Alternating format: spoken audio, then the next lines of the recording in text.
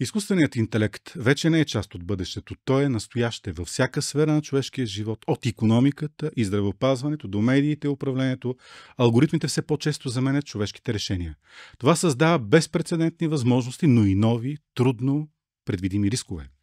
През 20 век държавите биваха атакувани от долата на автомати и танкове, от ракети и бомби, а в 21 век заплахите са кодиран ред на изкуствено съзнание. Манипулира се цялото общество. Това може да разруши доверието и да подмени реалността. Това е война без фронтова линия, в която всеки от нас е едновременно и цел, и оръжие. Срещу физическия свят, какъвто го познаваме, настъпва един киберсвят без граници, без ясни правила, но с огромна сила. Днес киберпространството се превръща в новия център на глобалното съперничество. Националната сигурност вече не е въпрос само на армия, територия или икономическа стабилност. Тя е въпрос на информационен имунитет.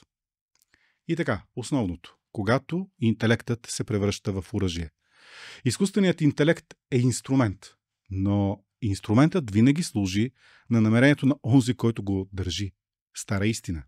Докато милиони хора по света използват изкуственият интелект, за да подобрят работата си, да се развиват и обучават, има и такива, които го превръщат в свое оръжие.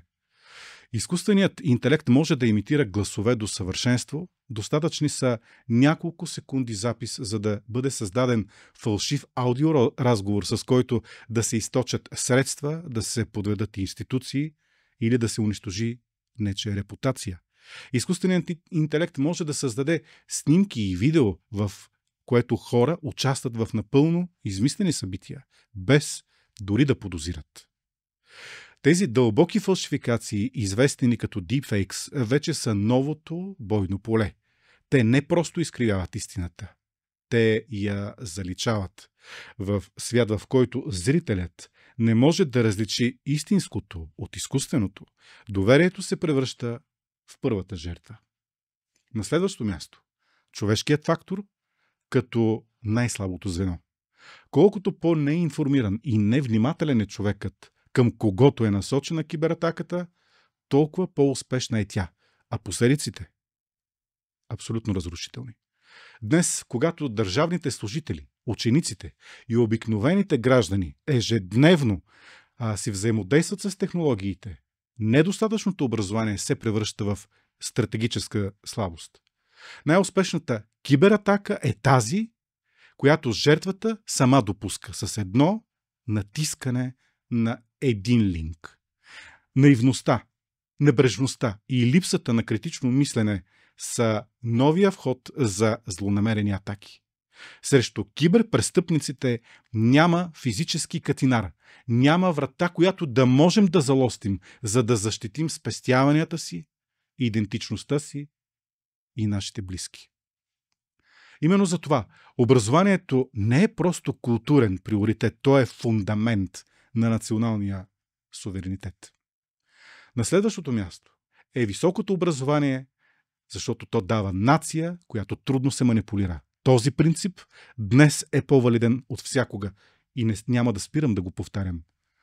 Дали обаче е готова държавата? Готова ли е българската администрация за ударното навлизане на изкуствения интелект? За новата киберсигурност, за новата киберреалност. Имаме ли стратегия, която да обвърже технологичната модернизация с етични бариери и устойчиви рамки? Хубав въпрос. Днес, въпреки че отделни стъпки да са направени, българските институции са по-скоро реактивни, отколкото превантивни.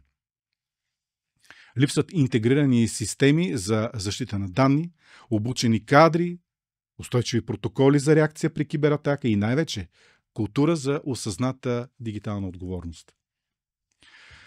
Дами и господа, киберсигурността не е само технически въпрос. Тя е държавна философия и трябва да бъде осъзнато. Тя изисква разбиране, че защитата на данните, идентичността и истината е същото като защитата на границите и ресурсите. Сигурността не се изчерпва с антивирусен софтуер. Тя започва с държавническо мислене. Това е съществено важно. На следващо място, високо развитият естествен интелект е най-добрата защита срещу изкуствения. Истинската защита срещу зловредното използване на изкуственият интелект не е друг алгоритъм, а човешкият ум. Колкото по-високо е нивото на образование, морална култура и критично мислене в едно общество, толкова по-трудно то може да бъде подведено или пък да бъде атакувано. Книгите, знанието, личната интелектуална дисциплина, това е имунитет на системата на нацията. Това е нашата имунна система. Държавата, която не инвестира в знание, се отказва от своята независимост. Новата стратегическа ос е сигурността ни чрез знание. Киберсигурността не трябва да бъде разглеждана като технически сектор, а като част от националната идентичност. В бъдещите конфликти ще оцелеят, имайте предвид, не най-силните, а най-умните, най-образованите, най-дисциплинираните и стратегически мислещите. Бъдещето няма да принадлежи на машините, а на хората, които са по-мъдри от тях. Онези, които умеят да съчетават технологии с морал и прогрес, с отговорност. И не на последно място, знанието като имунитет срещу заблудите. Днес опасността не идва само от машините, а от нашата готовност да им се доверим. Без никаква проверка. В свят, в който реалността може да бъде синтезирана за стотни от секундата, знанието е единственият реален щит. Изкуственият интелект ще продължи да се развива. Ние няма как да го спрем. Той може да се превърне в киберпандемия, която поразява цели общества. Но за сметка на това можем да се подготвим. Като се образоваме, като укрепим собствената си мисъл, критичност и морал. Затова националната стратегия за киберсигурност трябва да започва не с код, а с книга. Не с алгоритъм, а с образование. Не с страх, а с осъзнатост. И това са единствените ни гаранции пред предизвикателствата на утрешния ден. Всъщност, не утрешния. Вече ние говорим за днешния. Новата реалност е тук и сред нас, дами и господа. И докато не изградим култура на знание и на морал, всяка следваща криза ще започва не в системите, а в нашия начин на мислене.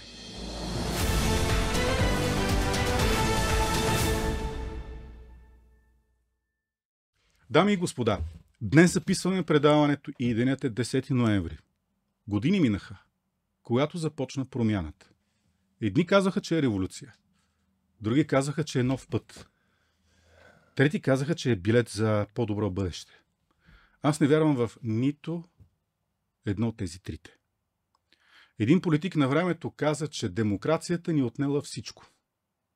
И по-късно изгуби изборите. Дали не каза истината? Или всъщност искаше да каже, че демокрацията не ни даде онова, което искахме. Много скоро ще станат 40 години. После ще станат 45. Демокрацията започна с призива 45 години стигат. Колко време ни стигат за тази промяна? Докъде ще стигнем? Знаем откъде тръгнахме. Знаехме къде искаме да стигнем. Но днес сме на никъде. С ограбена ценностна система, с предадено верою.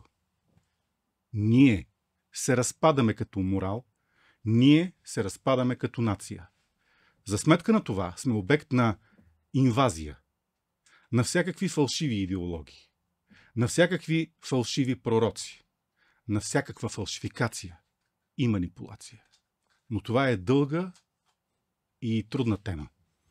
Ще говорим в друга ситуация. Днес ще си говорим за този свят, сега който е.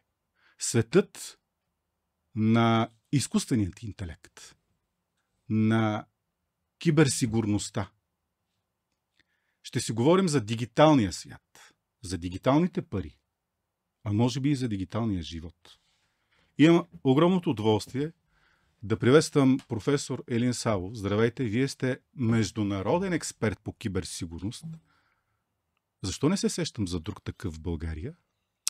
Първо, здравейте, ми е приятно да бъда гост на вашето предаване. Ами защо?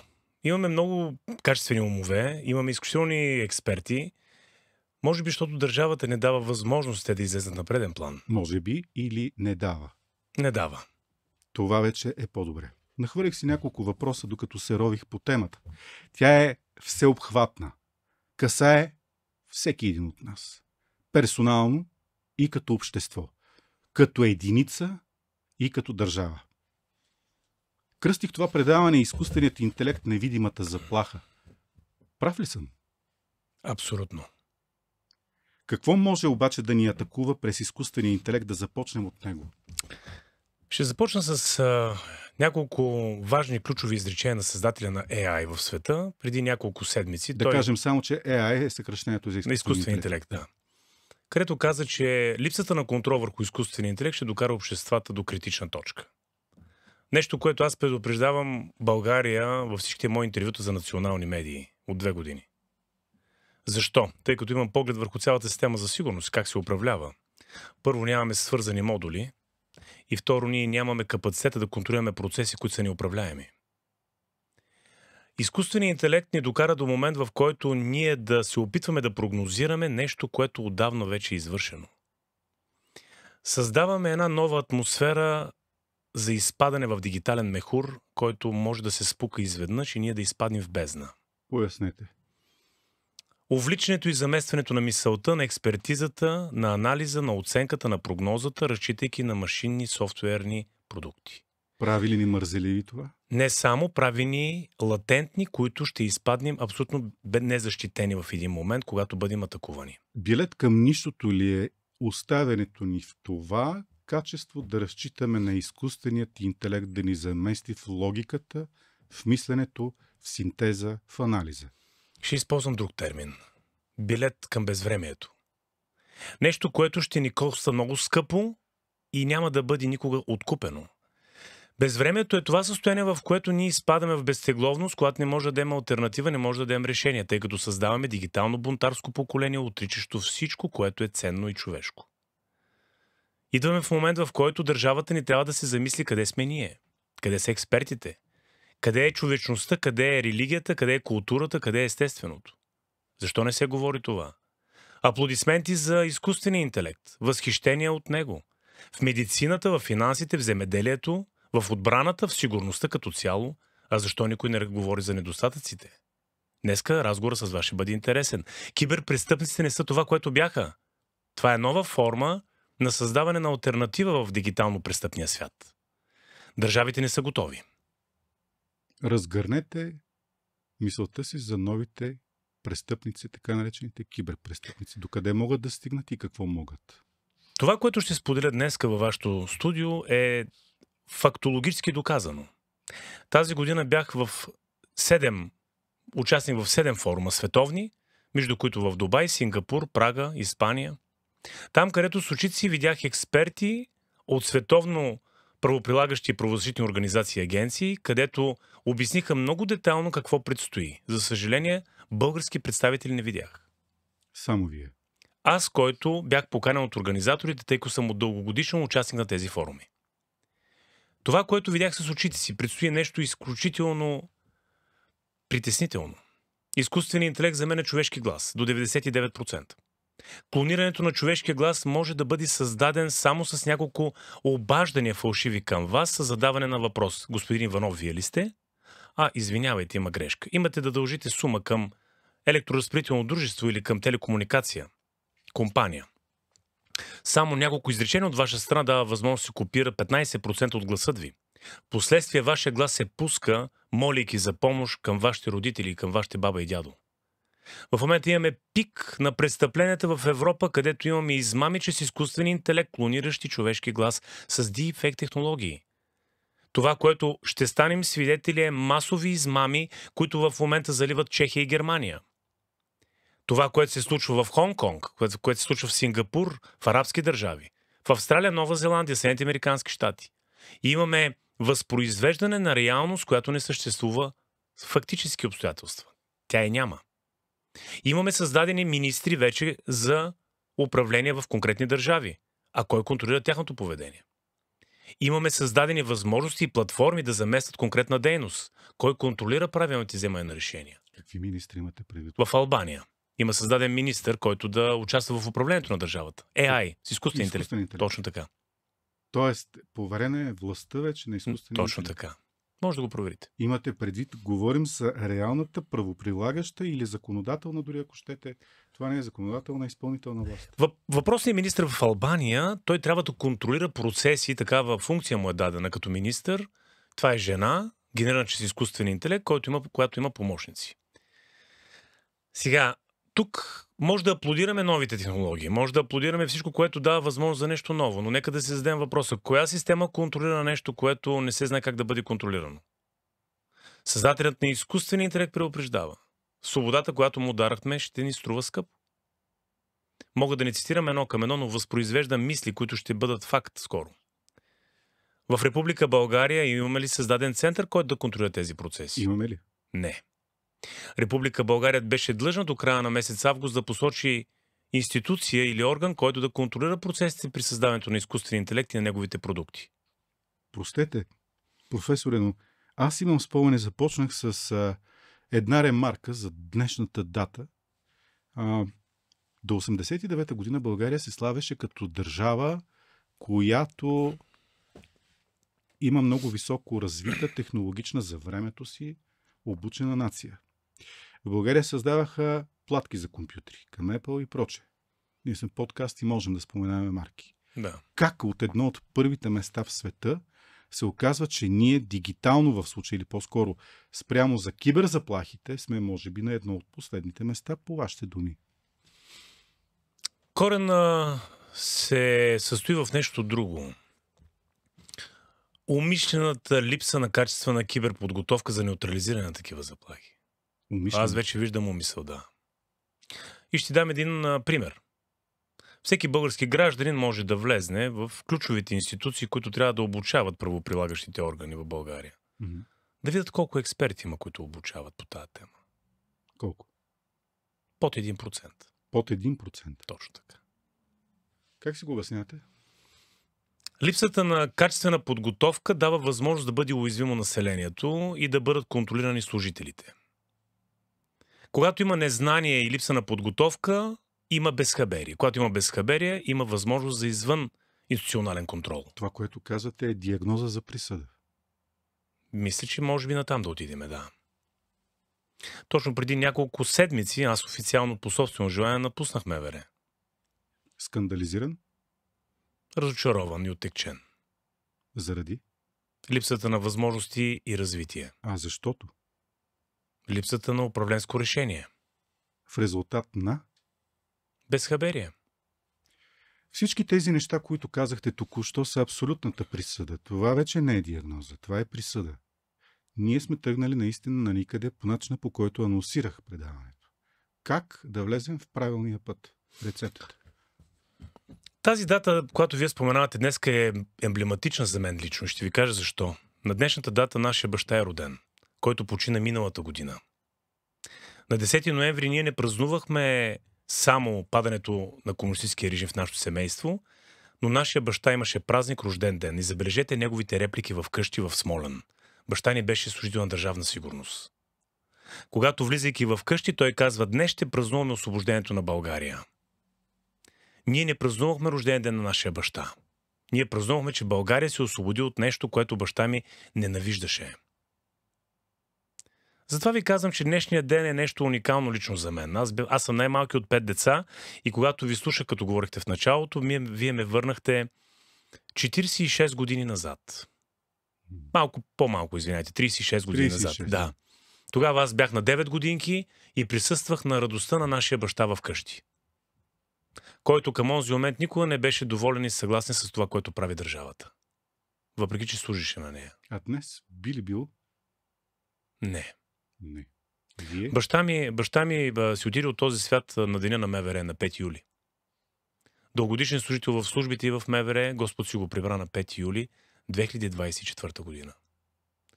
Емблематична дата, появявайки се на този свят, той си отиде на емблематична. А аз, когато започнах в системата, това, което вие ме питате, има решение, има лекарство и това е системно киберобучение на цялото население и държавна политика веднага. Има ли кой, освен вас? Има хора, да. Аз съм оптимист. Има хора по места, които са много качествени. Но трябва да бъдат изведени на преден план и да може да се поведат. Мислите ли, че тази власт, която е съставена от тапунгери, би позволила на някой, който да не е тапунгер, да застане начело? Дори и да преподава. Не говоря за това да е нещо по-различно, да речем, от водач в символен план, дори ако щете. Символичен. Ами, квалифицирането, което ви направихте на хората, определено съм съгласен до известна степен с вас. Нали, не мога да кажа на 100%, защото не знам колко са интелигентни. Не съм имал пряк достъп до властта от горната част. Нали? Макар че съм бил комисар. Ами, време е вече да дадат възможност на хората, които имат потенциал, качества и опит на терен, да дадат възможност да увлекат младите, качествени, прекрасни българи да могат да помогнат на родината ни. Господин професоре, само ще ви прекъсна. Позволявам. Това не държа. Да. Имаме малко време, обаче за първата част, обаче ще си позволя да направя една кратка редакция. На този свят няма нищо по-агресивно от глупостта. Така. И поради тази причина вие не очаквайте, че глупостта ще позволи да присъства в публичното пространство на властовите етажи, освен агресия. Агресията не позволява на интелигентността да стъпи на това поле. Такава власт не се сдава. Такава власт от агресивната посредственост и глупост се взима. Извинявайте за корекцията. Да, продължете си мисълта. Да, аз съм съгласен до известна степен с вас, тъй като мене държавната машина ме е мачкала и знам за какво става въпрос. Въпреки всичко не съм се предавал никога и съм бил победител накрая. Затова и апелирам към всички български граждани, когато някой се опита да ги засече в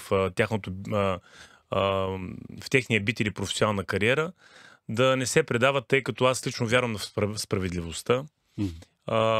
Тук само ще отдам един лек штрих. Нашето семейство през 1997 година беше незаконно подслушвано, цялото ни семейство. Ето ви една причина, защо влезнах в службите за сигурност на 19 години. Тъй като цялото ни семейство беше незаконно подслушвано и нашия баща нас събра вкъщи и каза: мили мой, подслушват ни незаконно, тъй като баща ви нищо нередно не е направил, което стана доказано в последствие, и заведахме дело срещу България. Ние сме първото българско семейство, където, за съжаление, с голямата ми обич към родината, ние осъдихме България в Страсбург.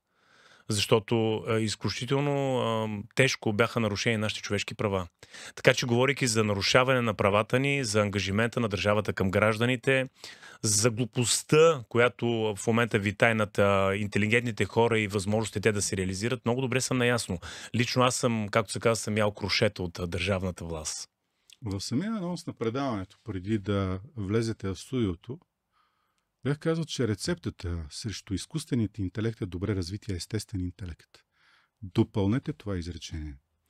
Когато естественият интелект е изключително подкрепен с опит, теренен опит, тогава изкуственият интелект ще има затруднения. Тъй като единственото нещо, което изкуственият интелект не може да ни отнеме, то е най-човешкото, най-природното явление, и това се казва интуиция. Човечеството съществува благодарение на интуицията за оцеляване. А един интелигентен човек с теренен опит има силно развита интуиция, на която да въздейства и да предрешава, и да предрича, и да прогнозира. Това нещо не може да ни го отнеме никой. До момента, в който не започнем да съществуваме с чипове в главата. Казахте, че изкуственият интелект може да замени глас. Да. А видео да ни замени изцяло.